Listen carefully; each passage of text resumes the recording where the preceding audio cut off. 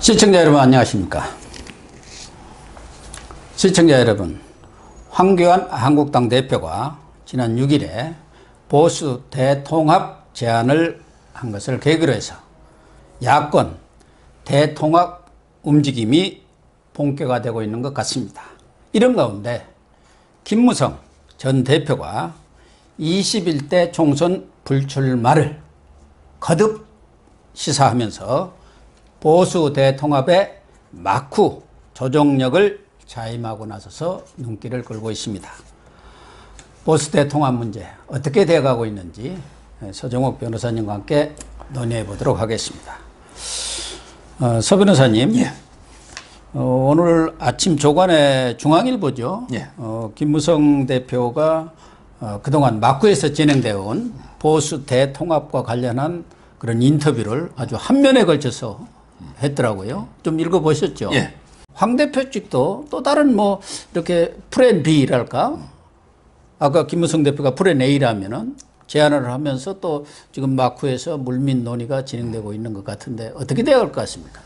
제가 이제 그 보수 통합을 보면 처음에는 이제 그 김무성 의원의 역할인 게 맞아요. 네. 최초는. 근데 지금은 이제 그 책사가 바뀐 것 같아요. 그렇겠죠. 지금은 이제 그 박형준. 예. 박형준 TV도 나오고 예. 저도 이제 여러 번 뵀는데 이분이 이제 물밑에서요. 예. 역할을 상당히 하고 있는데 지금 결국에 그 어느 정도 성과는 나와가지고 이미 방안은 나왔어요. 예. 근데 완전히 이제 그 황교안 대표가 제시한 거하고 그다음에 유승민 대표가 제시한 게 거의 똑같아요. 황교안 대표는 뭐라 했냐면 3원칙이죠. 황교안 대표는 3원칙은 이제 그 제3지대 통합하자. 그렇죠. 이 말은 이제 예. 한국당 간판 내릴 수 있다는 거죠. 예. 그리고 이제 그 탄핵 찬반은 묻지 말자. 예. 탄핵은 이제 그 묻지 말자는 거죠. 예. 그리고 이제 그 자유우파의 비전, 자유우파라는 용어를 썼죠. 예. 비전을 재정립하자. 이게 3원칙이고요. 그다음에 유승민도 화답한 게 3원칙이 똑같아요. 왜냐하면 이게 제3지대 통합을 하자는 황교안 대표나 유승민은 이제 그 새 집을 짓자. 예. 이 말은 이제 한국당 간판 내리고 새 집을 짓자. 이거 똑같죠. 그리고 이제 그 탄핵 찬반 불문하고 탄핵의 강을 건너버리자. 이것도 이게 똑같고요. 그 다음에 그 유승민은 개혁 보수라는 말을 씁니다. 개혁 보수를 하자. 네. 결국 이 3원칙을 딱 보면 공통점이 세 개 똑같은 게 가장 중요한 게 탄핵의 찬반을 불문하자. 탄핵의 시시바비를 가리지 말고 미래로 나가자.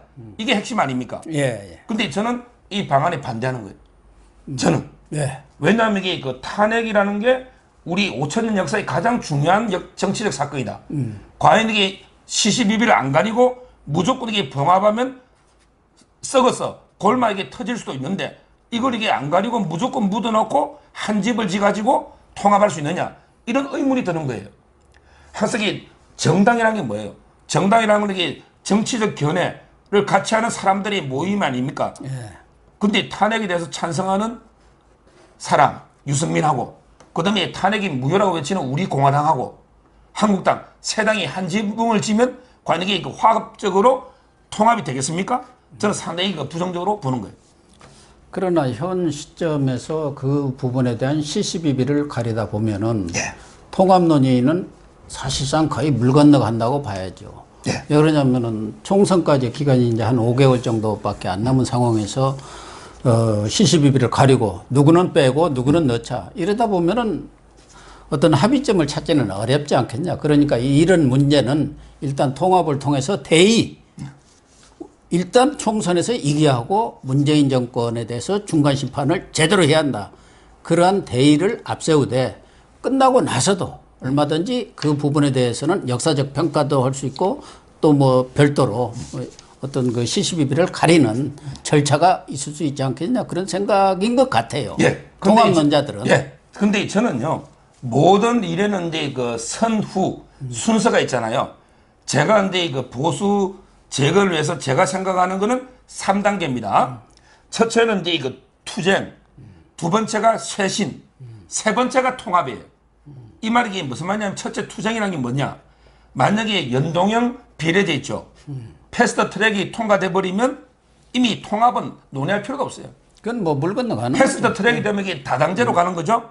따라서 일단 이게 어떻게든 패스트 트랙을 저지하자. 이게 1단계는 투쟁의 총력을 들게 돼요. 자, 그 다음에 2단계는 저는 통합보다 쇄신입니다. 일단 이게 한국당이 지금 이게 통합회가 합쳐보세요. 합치면 이게 기존에 다 공천 주고 유승민계, 하태경, 이해운 다 공천 주고 우리 당의 홍문종, 조원지 다 공천 주고 그럼 이게 도로 옛날에 도로 한국당이야. 이렇게 되면 이게 국민이 표를 주겠어요? 무조건 통합되면 기존 정치인들 탄핵 이전 상태 한국당으로 돌리자. 이거 아닙니까? 이러면 이게 과연 표가 주느냐? 그게 아니고 저는 한국당이 먼저 뼈를 깎는 쇄신해가지고 7, 80% 물갈해버리대요. 그러나 그게 통합이 나중에 되면 좋고 안 되면 이제 할 수 없지만 일단 이게 먼저 쇄신해야지. 통합 논의가 노니까 설거머니 중진들이 그러니까 김무성 같은 사람 노는 거 아닙니까? 넣어가지고 하는데 따라서 저는 이게 투쟁 그다음에 쇄신 마지막 단계에 가서 통합은 뭐 되면 좋지만 안 돼도 저는 이게 어쩔 수 없이 서로 이게 그 싸우는 이런 이제 단계로 가야 되지 않을까 이게 제 생각입니다.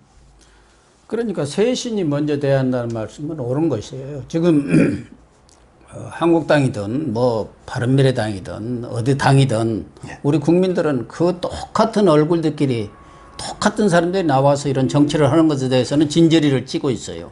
그래서 지난 광화문 촛불 집회라든가 이런 것이 있은 이후에도 국민들은 돌아서지를 않고 있는 거예요. 한국당으로 돌아서지를 않고 있어요. 그렇기 때문에 이 통합과는 별개로 인적 쇄신이 과감하게 이루어져야 한다는 것은 맞는데 말씀하신 대로 일부 중진들이라든가 이 노회한 정치인들이 통합을 앞세우면서 이런 인적 쇄신 요것은 싹 물밑으로 깔아앉히려는 그러한 뭐랄까 정치적 술수랄까 이런 것을 쓰고 있는 것 같아요. 그 점을 저도 여러 차례 뭐 얘기를 했었는데요. 어쨌든 저는 뭐 김무성 대표가 정치 전면에 나서는 것 자체가 썩 바람직하지는 않다고 보는데 다만 물밑에서 정치 경험이 많으니까 뭔가 윤활유 역할은 해줄 수 있겠다. 그렇다고 해서 본인이 무슨 다음 총선에 나간다든가 이런 것은 말도 안 되는 거죠. 그래서 본인도 용산 출마설에 대해서 부인을 했더라고요. 예. 근데 제가 보는 시각은요. 저는 근데 이거 보수가 괴멸됐잖아요. 이게 가장 책임 있는 3명이 있다 봐요. 물론 이제 뭐 천하 흥망에는 게 필부도 유책. 뭐 제 같은 게 보수 농객들도 책임 있지만 그러게 가장 책임 있는 3명은요. 바로 이제 그 김유홍입니다. 보수 괴멸에 가장 책임 있는 거는 김무성, 옥새 들고 나르샤, 김무성. 그다음에 유승민. 유승민은 이게 뭐 분열과 배신의 아이콘이에요. 유승민. 그다음에 홍준표. 항상 박 대통령을 춘향을 했다가 향단을 했다가 오락가락하는 이 3명이 책임 있는 분이거든요. 이 3명은 이게 은퇴해야 돼요. 아니 유승민은 정계 은퇴를 해야 돼요. 근데 뭘 통합을 합니까? 제가 황 대표가 이제 토요일 날 대구 갔어요. 대구 가서 황 대표님 대구 동구 지역 주민을 만나서 유승민이라는 여론을 들어보십시오. 유승민이가 대구에 동구 놓으면요 1, 20%도 안 나와요. 100번에게 떨어집니다. 그런데 그 떨어지니까 수도권 도망가면 수도권 사람들이 바보입니까? 유승민 찍어주게? 가만히 두면 저절로 이게 역사에서 사라질, 저절로 이게 정치판에서 사라질 배신과 분열이 있고 유승민이를 지금 보세요. 지지율이 5%죠 바른당이. 근데 그 중에 3개가 있잖아. 안철수계, 그 다음에 손학규계, 그 다음에 유승민계. 자, 유승민이가 합당하면 안철수계가 따라옵니까? 지금 벌써 이게 권은희나 유의동 통합 반대했잖아요. 안 따라와요. 손학규도 안 따라와요. 그렇다면 이게 유승민만 얻는 게 1, 2%나 될까요?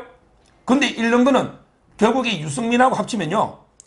유승민을 얻고 박근혜를 잃습니다. 박 대통령이 유승민하고 같이 하는 당을 지지할까요? 저는 이게 절대 안 한다 보거든요. 그럼 이게 결국 유승민하고 합당은 소탐, 대실이다. 바로 근데 유승민을 얻고 박근혜를 잃게 되는 그게 소탐 대실인 거예요. 그래서 일각에서는 아까 말씀하신 분들 뭐 김무성이든지 유승민이든지 홍준표 등 이런 사람들의 불출마 선언을 하는 게 어떠냐. 그리고 통합을 해라. 너희들 안 나오고 우리 안 나온다. 대신 미끄럼이 되겠다. 통합에. 그런 것은 어떠세요? 뭐 그런 제안을 하는 사람들도 꽤 있더라고요. 예. 저는 이제 그런 과감한 인적 쇄신은 이제 필요하고요. 그러면 이제 황교안 대표부터 저는 불출마가 지금 제일 낫다 보거든요.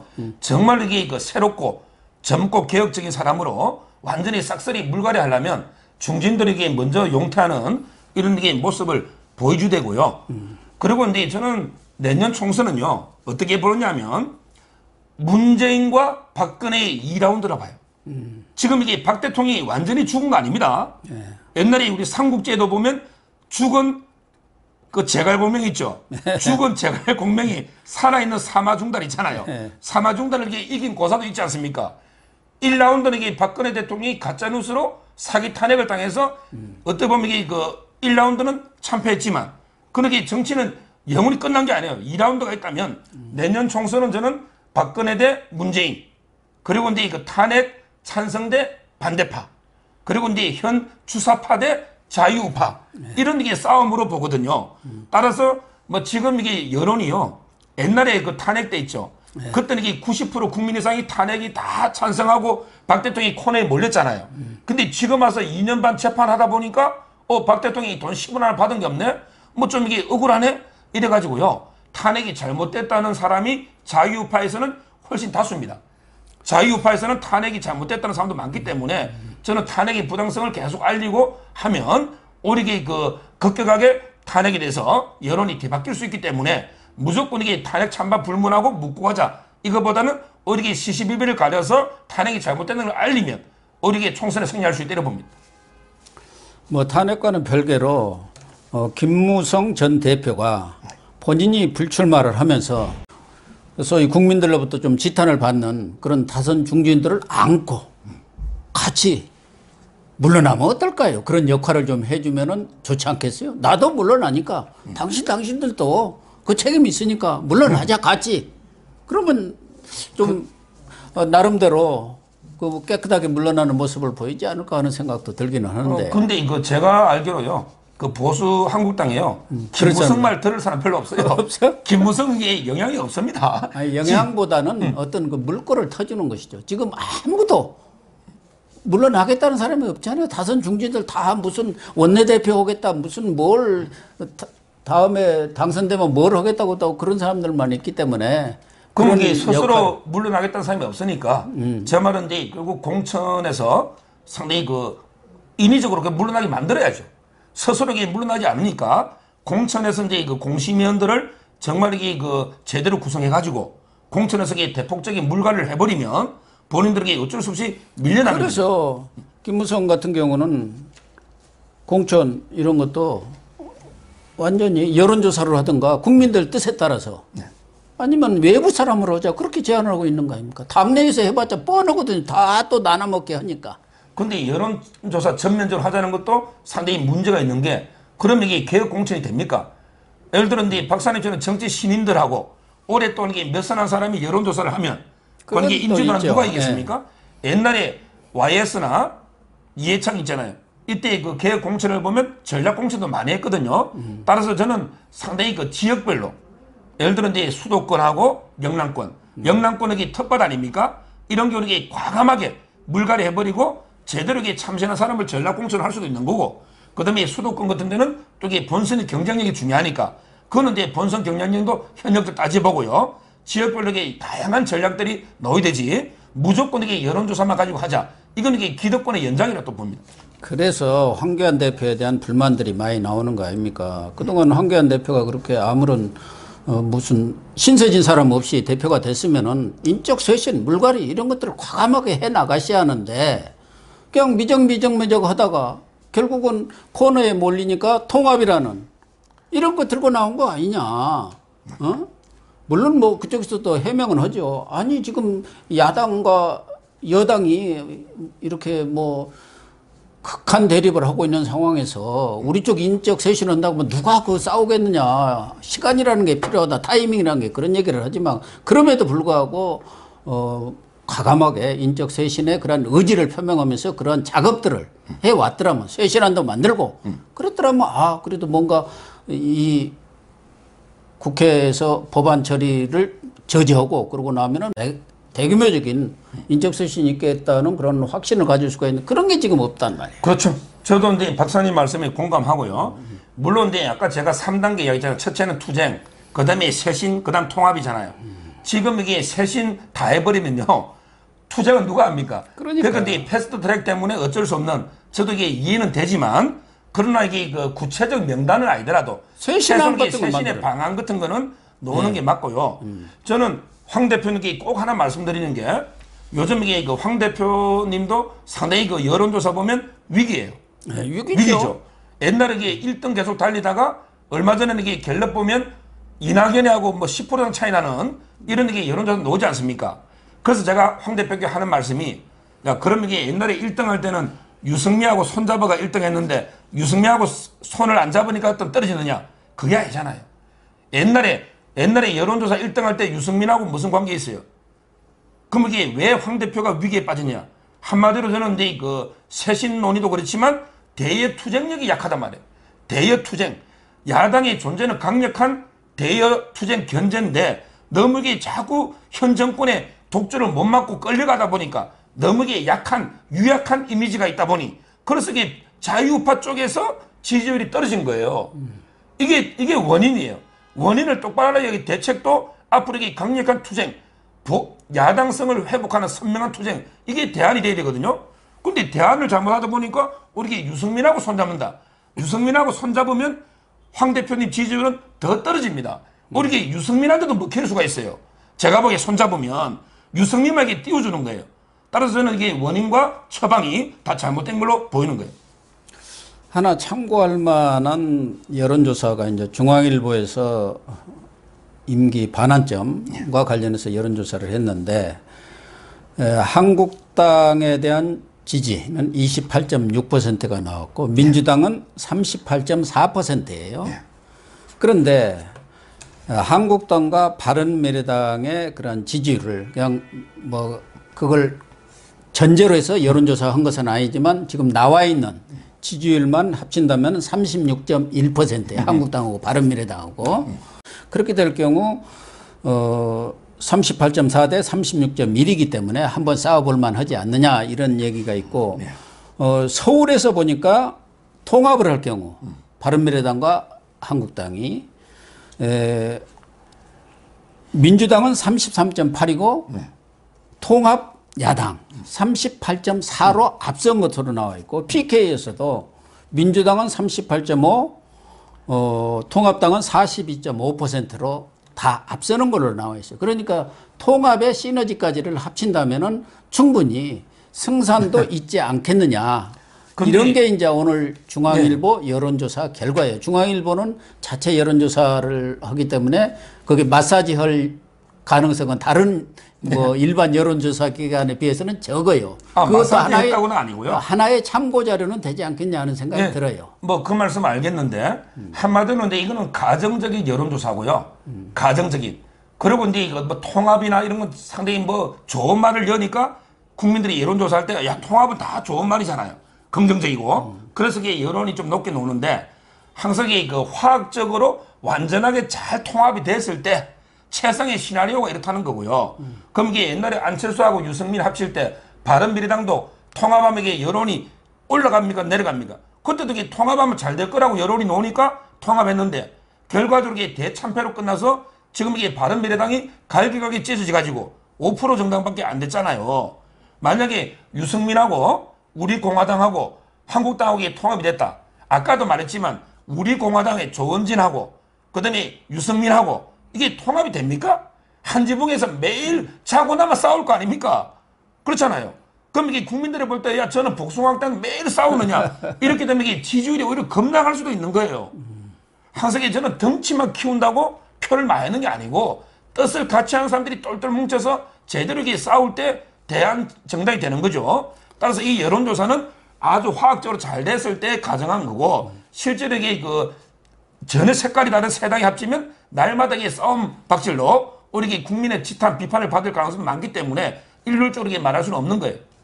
저는 그래서 결론적으로 말하면 박근혜 전 대통령의 어떤 결심이랄까 통합에 대한 그게 아주 중요하다고 봅니다.